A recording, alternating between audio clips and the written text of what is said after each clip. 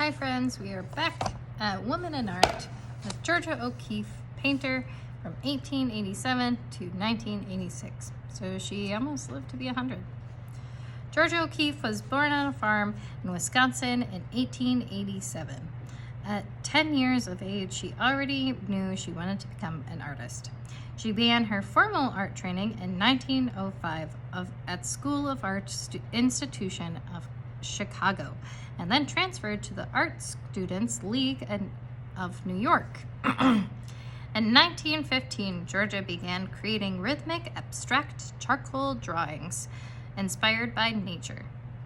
Abstraction was still seen as a radical in Europe, and she was one of the few artists to experiment with it in the United States. Georgia had found her voice as an artist. One of Georgia's friends in New York showed these abstract drawings to a famous painter, Alfred Stieglitz, and he was very impressed. By 1917, Georgia had her first solo show in New York City in Alfred's gallery. Alfred and Georgia fell in love and were married in 1924. Georgia became well known for her large close-up paintings of flowers. When she looked closely at the flowers, she saw a colorful landscape, a whole world, and she wanted to share the beauty in her paintings. Critics, however, wanted only to talk about her romantic involvement with Alfred Stieglitz, and to point out that her flowers looked like the female anatomy. Georgia was devastated that her paintings were misunderstood. In 1929, she began her travels to New Mexico, inspired by the beautiful southwestern landscape, and in part to break away the criticism of her flowers. Georgia painted mountains, found animal bones in the desert. She loved working outside, often painting through thunderstorms or heat wave.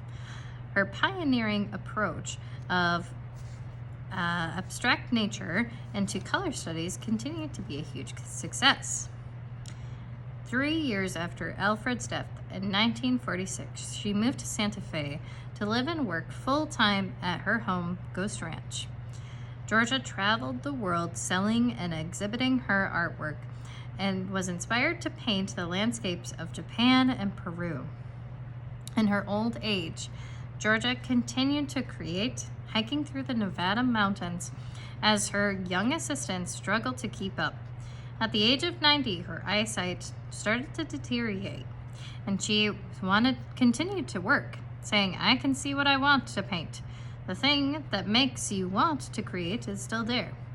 In 1986, she died at 98.